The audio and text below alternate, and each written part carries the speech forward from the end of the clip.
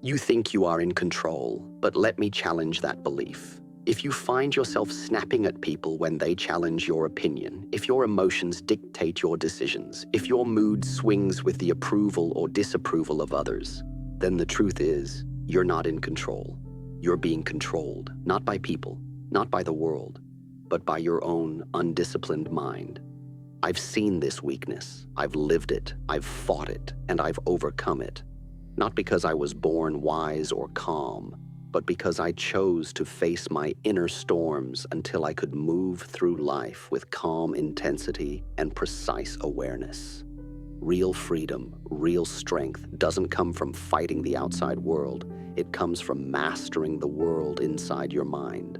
Sit with me. Don't scroll away. This is not just motivation. This is transformation. These are the 10 painful truths your mind must hear. Truths that once shook me and reshaped me. And if you're strong enough to face them, you'll never lose control again. 1, you are not your emotions, but you've let them own you. Emotions are like the weather. Sometimes it's sunny, sometimes it storms. They come and go, rise and fall. One moment you're calm, the next you're frustrated, hurt, or overwhelmed. But here's the truth. Just like weather patterns don't define the sky, your emotions don't define you. The sky remains vast, open, still. Even when clouds pass through it or thunder rumbles, it doesn't scream when lightning flashes. It doesn't run when the rain falls. It simply holds it all without losing its essence. But most people don't live like the sky. They live like the weather. Their mood changes with every situation. When someone praises them, they feel good. When someone criticizes them, they feel worthless. They get angry at disrespect, jealous at others' success, depressed when things don't go their way. Their inner state depends completely on what happens outside. That's not freedom.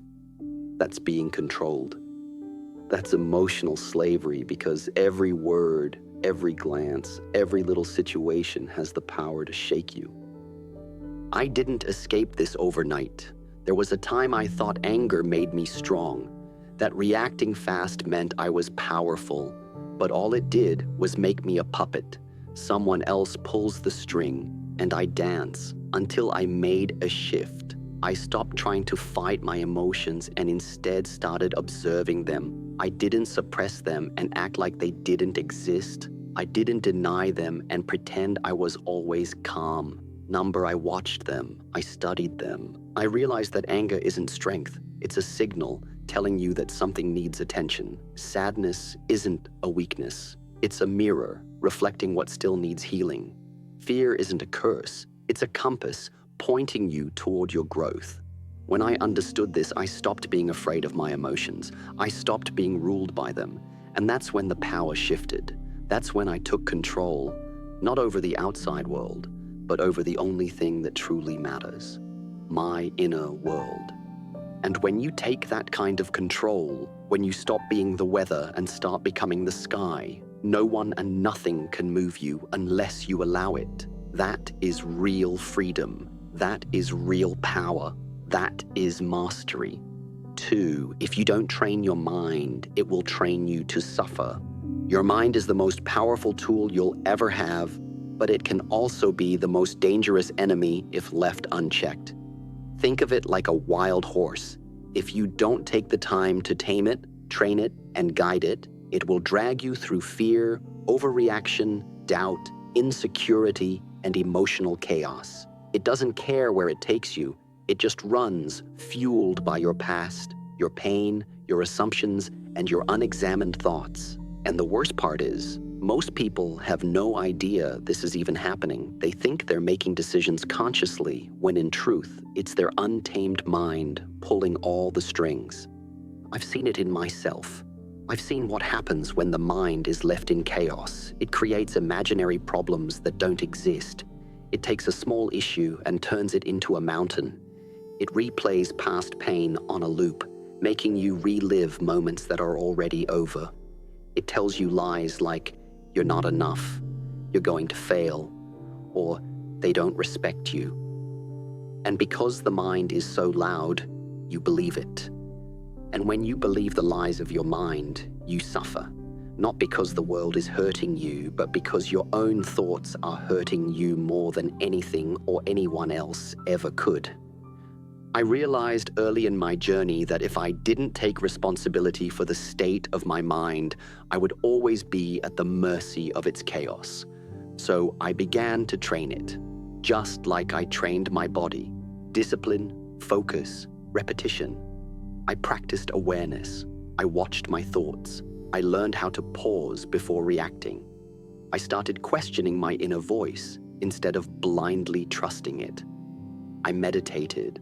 I breathed through my storms. And slowly, the mind that once tried to control me became my ally, my sharpened blade, my quiet warrior. Most people go to war with the world when what they need is to go to work on their mind. You can't build peace on the outside if you haven't built strength on the inside. So ask yourself, are you the master of your mind or its slave? Are you training it with wisdom and patience, or is it dragging you through pain and fear without your consent? Freedom starts when you realize your mind is not your master unless you let it be. Train your mind or suffer under it. There is no in-between.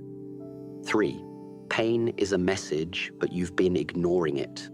Most people spend their whole lives running from pain. The moment something feels uncomfortable, physically, emotionally, mentally, they distract themselves. They scroll, they numb, they avoid. They think pain is the enemy, but I'm here to tell you the truth. Pain is not your enemy. Pain is your teacher.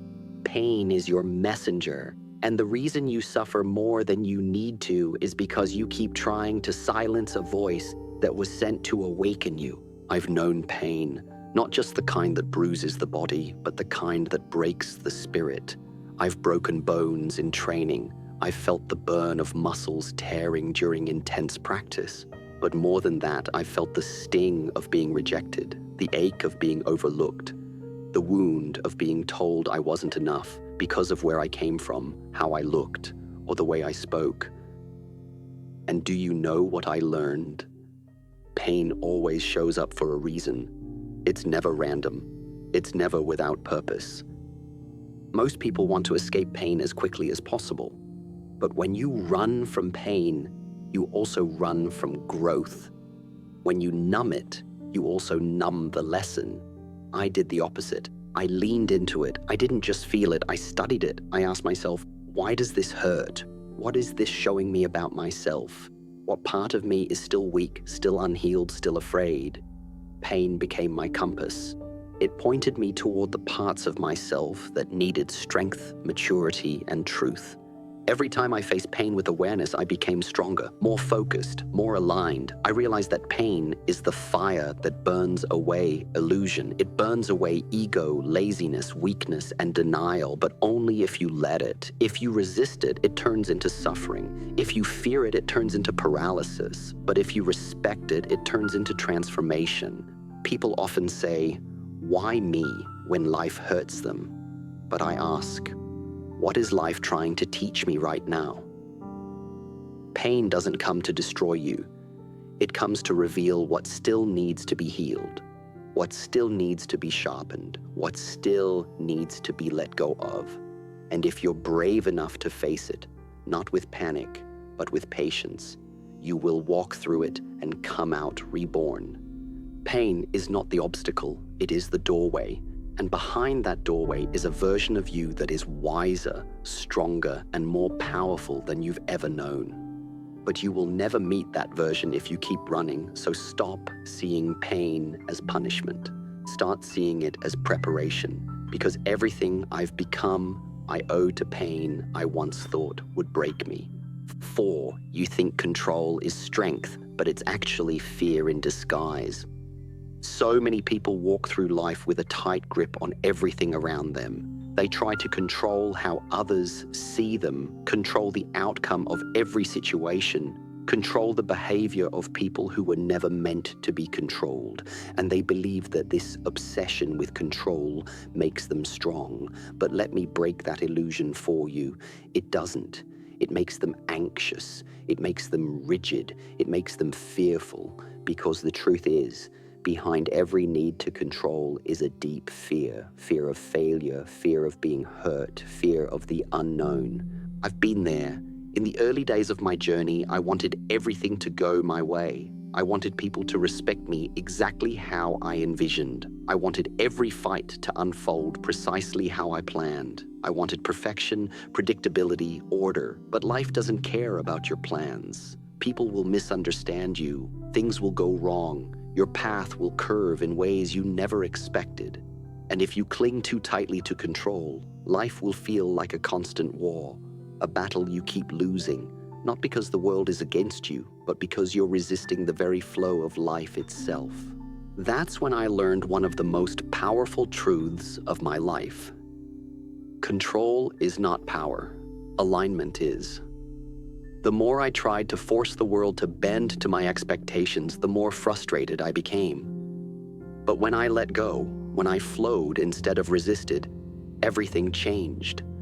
I stopped trying to control the water, and I became the water.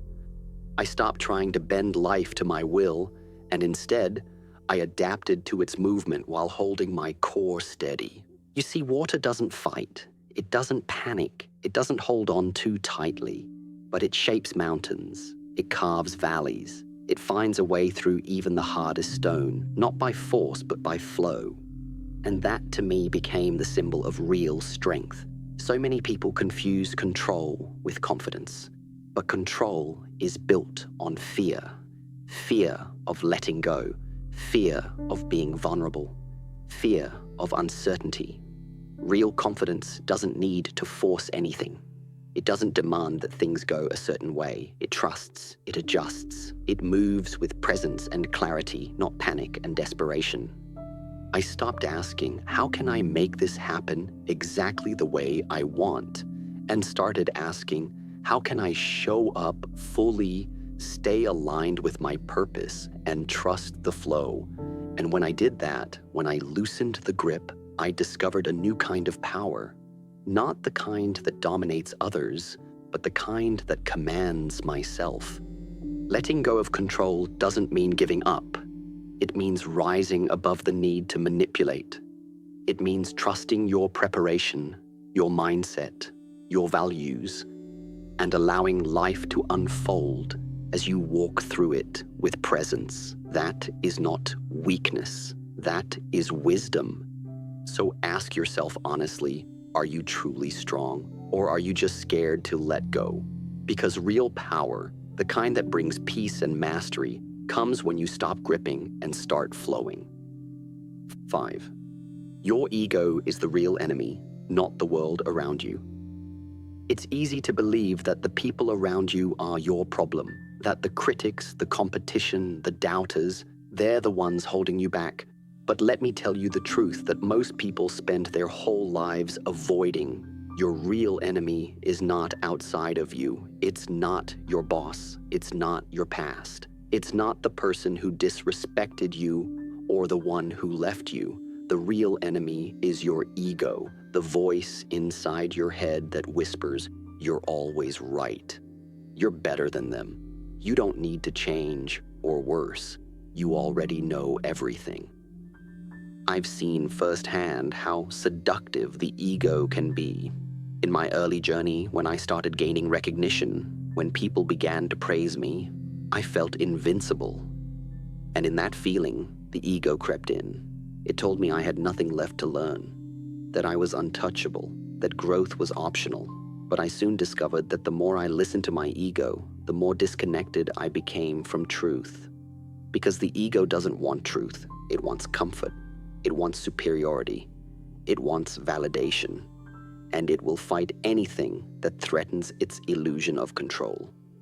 What's dangerous about the ego is that it convinces you you're strong when you're actually standing still.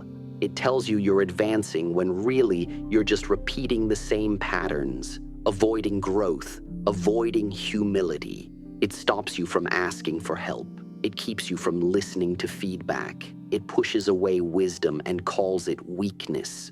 And before you realize it, you're stuck, pretending to be wise, pretending to be powerful, but inside, you're not evolving. I had to kill my ego many times to become who I was meant to be, not once, not twice, but over and over. Every time I felt the urge to prove myself, to dominate a conversation, to show the world how much I knew, I paused. I questioned the motive. Was it truth, or was it ego? I reminded myself that no matter how fast I was, how skilled I became, I could still learn from the janitor in the room, from the child asking questions, from the opponent who made me bleed. Ego is loud, it wants to be seen, but truth is quiet. Growth is humble, mastery is patient. I stopped needing to win every argument because I realized winning outside means nothing if I'm losing my balance inside. Real power doesn't come from proving you're right, it comes from being open to being wrong, from admitting when you don't know, from staying curious, because the person who thinks they've arrived has already stopped moving. But the one who stays humble, stays hungry, stays teachable, that person becomes unstoppable. So if you want to rise, you have to fall. Fall from your pride, fall from your certainty, fall from the illusion that you already have everything figured out. And when you do, you'll rise again, stronger, wiser, freer.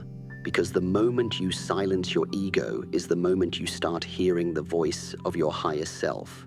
And that voice, unlike the ego, will never lead you astray.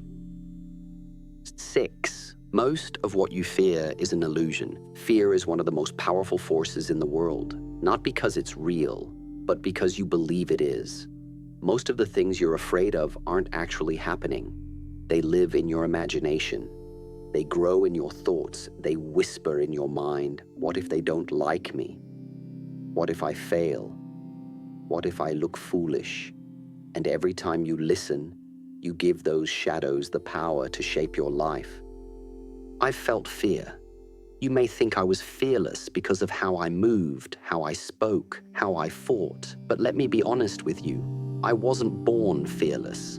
I had to become fearless. There were times I feared rejection, times I feared not being accepted, times I feared being misunderstood. I faced racism, doubt, and resistance, not just from others, but from the quiet voice inside that said, maybe they're right. But here's what I discovered through experience. Fear is rarely about what's real, it's about what might happen. It's built on imagination, not truth.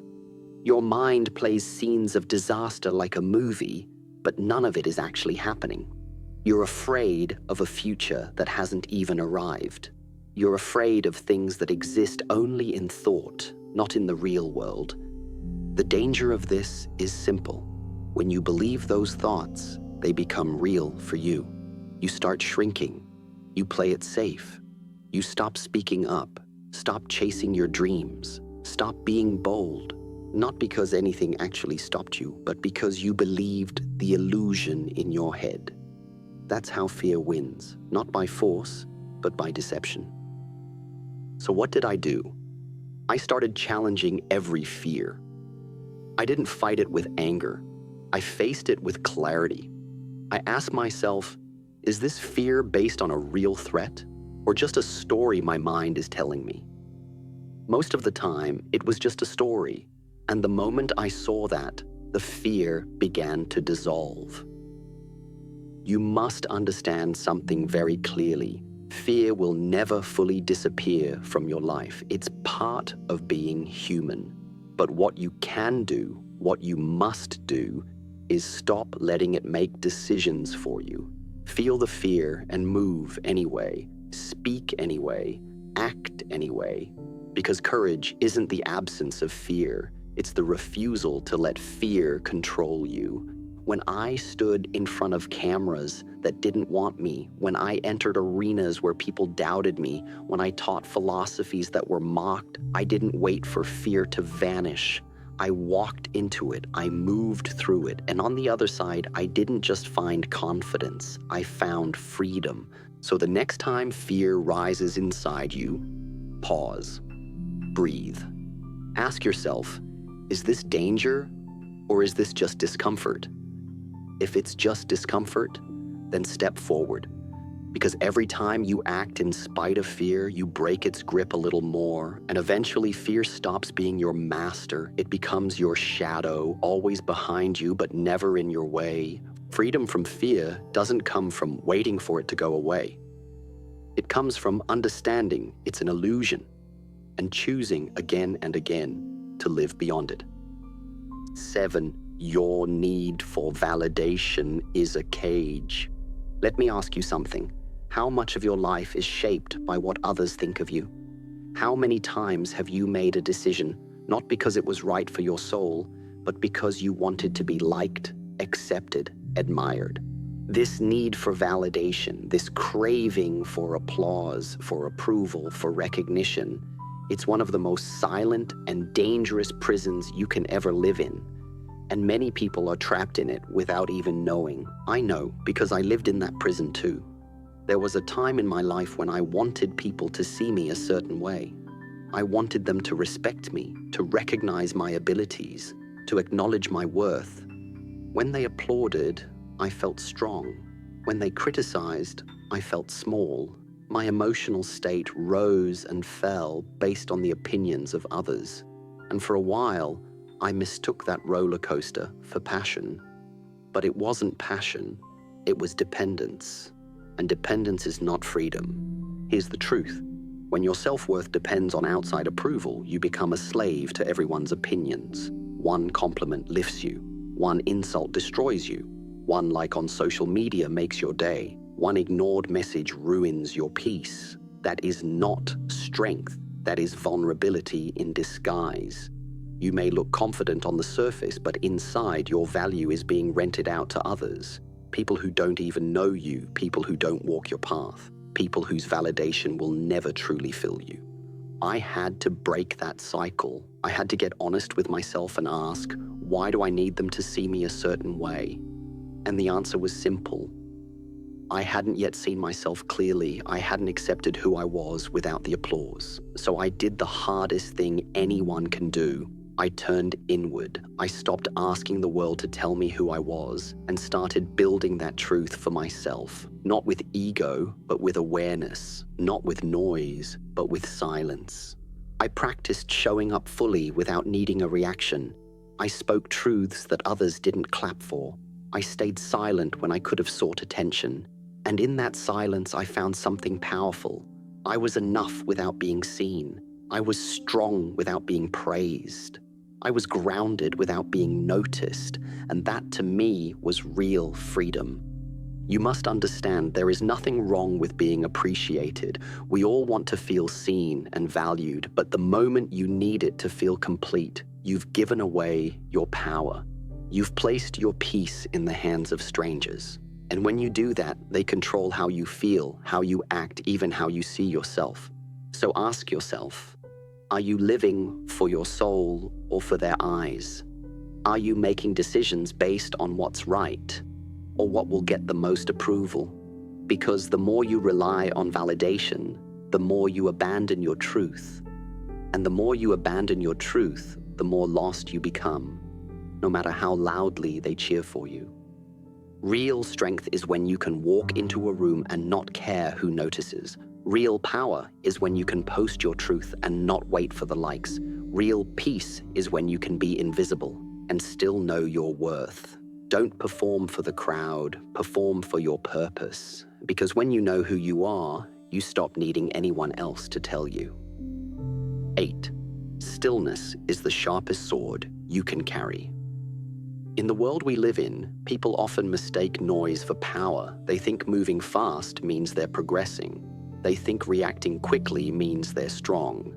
They believe that if they don't speak up immediately, they'll look weak. But what I've learned, what life, training, and combat have taught me again and again, is that the most dangerous man in the room is not the loudest.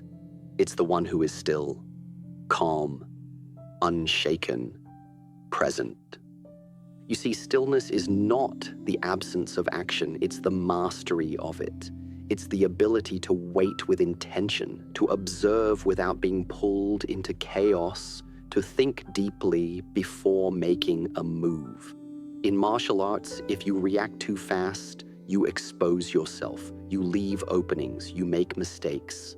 The fighter who throws punches out of anger is easy to beat, but the one who stands centered, calm, alert, and in control, that's the one who wins before the fight even begins. I didn't learn this by accident. I had to train my body to move with speed, but I had to train my mind to move with stillness. I learned to slow my breath when adrenaline wanted to take over. I practiced being patient when my emotions screamed to react. Because I understood something most people never realize. The space between stimulus and response, that pause, is where your power lives. In life, it's no different. People will insult you. They will misunderstand you. Circumstances will surprise you. The world will try to pull you in 100 directions at once. And most people, they react instantly with anger, with frustration, with panic. And every time they do, they give their power away. But the person who can pause, breathe, and respond with clarity instead of emotion, that person holds the real strength. Stillness doesn't mean you don't care. It means you care enough to respond with wisdom instead of impulse. It means you don't allow outside noise to shake your inner peace. I have stood in front of crowds that doubted me, in interviews that tried to twist my words, in situations where people expected me to explode, and instead of giving them what they expected, I gave them stillness. And that unsettled them more than any outburst ever could. When you are still, you become unpredictable. You become composed. You don't chase power. You are power. Because you're not reacting to the world. You're moving through it with purpose and precision. That is what makes you unstoppable. I want you to understand this clearly. Stillness is not passive. It is active control. It is trained awareness. It is the deep knowing that you don't need to prove anything, rush anything, or react to everything. You simply stand in your presence, and from that grounded state, you choose your actions, not because you have to, but because you decide to. So next time life challenges you, when someone insults you, when emotions rise, when chaos surrounds you, don't react. Breathe, find your center, let the storm rage outside while you remain unshaken within. That's stillness, that's strength, that's the invisible sword that cuts through everything without ever making a sound. And once you carry that sword, you'll realize true warriors don't fight with fury, they fight with focus, and the calmest man in the room is often the most powerful one. 9. The real battle is always within. Most people walk through life thinking their biggest obstacles are outside of them. They blame their enemies, they blame their past, they blame society, their family, their boss, their circumstances. They point fingers at everything around them, convinced that if the world just treated them better, they'd finally be at peace. But I've come to realize, and I speak this from experience, the true enemy is not out there. It never was. The real battle is happening inside you, quietly, constantly, and most people are losing it without even knowing. You think your enemy is the person who disrespected you, but the real enemy is the voice inside that keeps replaying that moment over and over, feeding your anger, poisoning your peace. You think your enemy is the opportunity that slipped through your fingers, but the real enemy is your unwillingness to let go, your refusal to accept and move forward. You think the enemy is the person who broke your heart, but the real enemy is your attachment to the pain, the way your mind keeps clinging to the story of what should have been.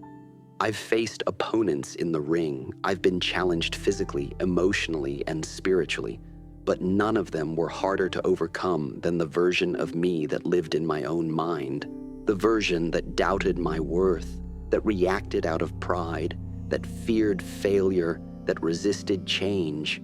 That internal opponent is the most dangerous one you'll ever meet, because it doesn't show up with fists or weapons. It shows up as your thoughts, your impulses, your comfort zone. And if you don't learn to confront it, it will quietly control every choice you make. There were days in my journey when I didn't feel like training, when my body ached, when my mind told me, You've done enough. And if I listened to that voice, I would have stayed average. I would have remained in the shadows, full of talent but lacking discipline. But I knew something deep within. I could only rise above the world if I first rose above myself. So I made a decision to go to war with that lazy version of me, that emotional version, that weak, undisciplined, reactive version. Not with hatred, but with awareness, with patience, with consistent, relentless discipline. You must understand that this enemy inside doesn't disappear overnight. You don't defeat it once and call it done. It's a daily battle. It whispers in your ear when you wake up and tells you to sleep in. It tempts you with shortcuts when you know the long path builds real character. It tells you to react when you know silence is the stronger response. And every day, you must choose. Will you listen to that voice, or will you rise above it? Freedom, mastery, power, they all begin when you stop looking for villains in the outside world and start facing the one inside, because that's the only battle that truly matters. When you conquer that, no one can break you. No situation can control you. No insult can shake you. You become rooted, centered, and clear. You don't need to force anything. You move with purpose because your inner world is no longer in chaos. I want to make this clear. You don't win the inner war by being harsh with yourself. You don't beat yourself into submission. You win by becoming aware of your patterns, by replacing reaction with response, by choosing growth over comfort. It's not about being perfect. It's about showing up every single day with the intention to rise, to discipline your impulses, to strengthen your mindset.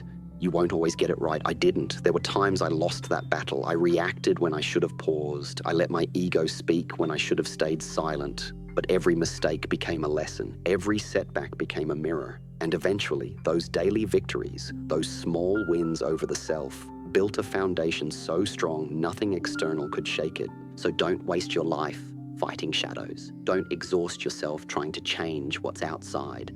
The real work is inside. That's where the fire is. That's where the noise is. And that's also where your greatest strength is waiting. Learn to face yourself with courage.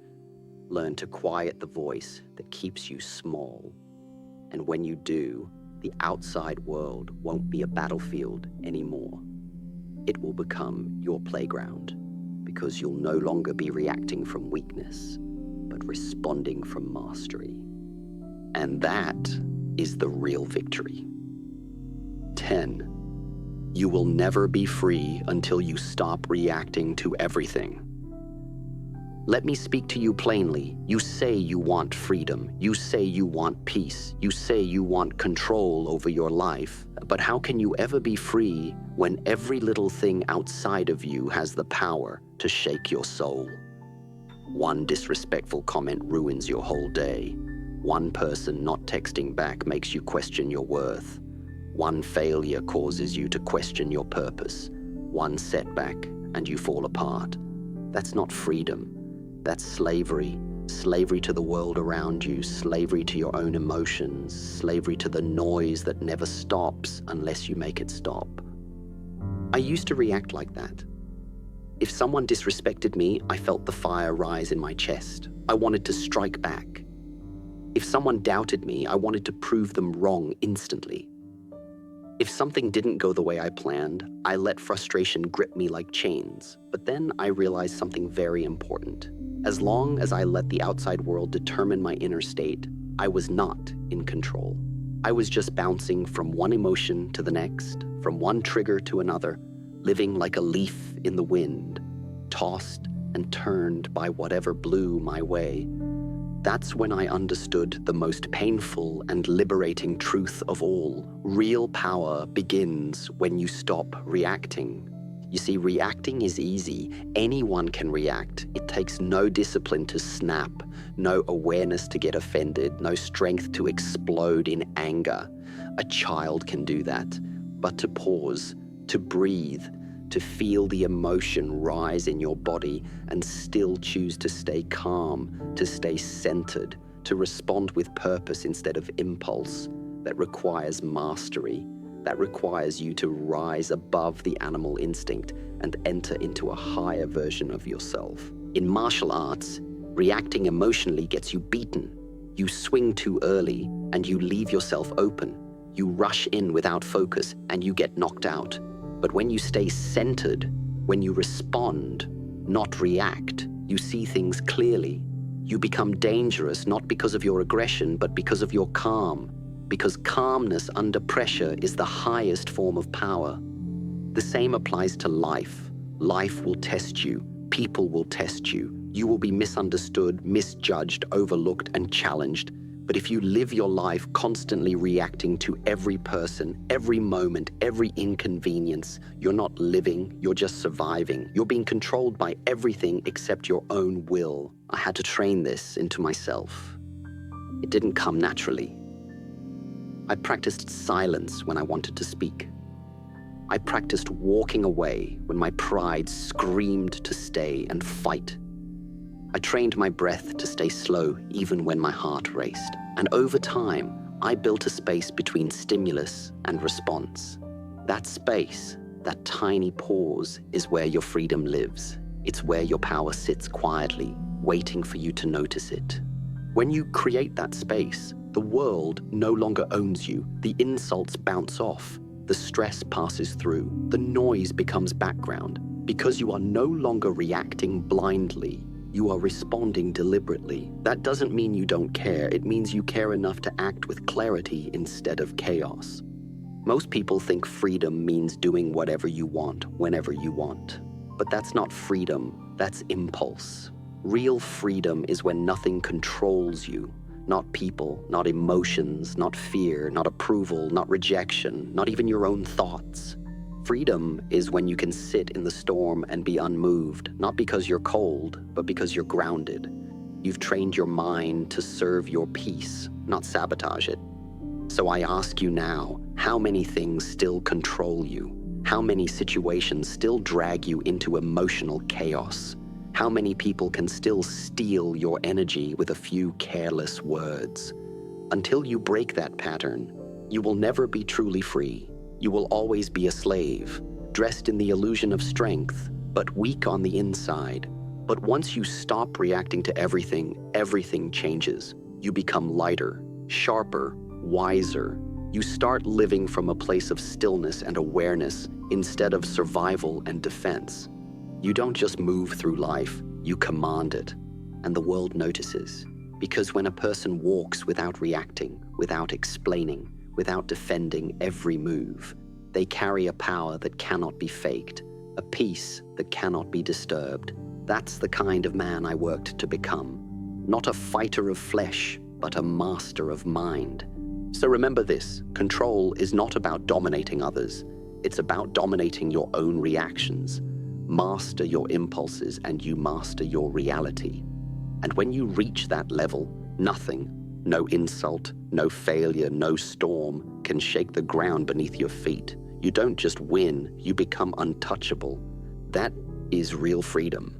And it begins the moment you decide to stop reacting and start rising. You've just heard 10 painful truths. Truths that are not meant to comfort you, but to awaken you. Because real transformation never begins with ease. It begins with discomfort, with confrontation, with seeing yourself clearly perhaps for the first time, not as you pretend to be, but as you truly are beneath the noise, the pride, the stories, the defenses.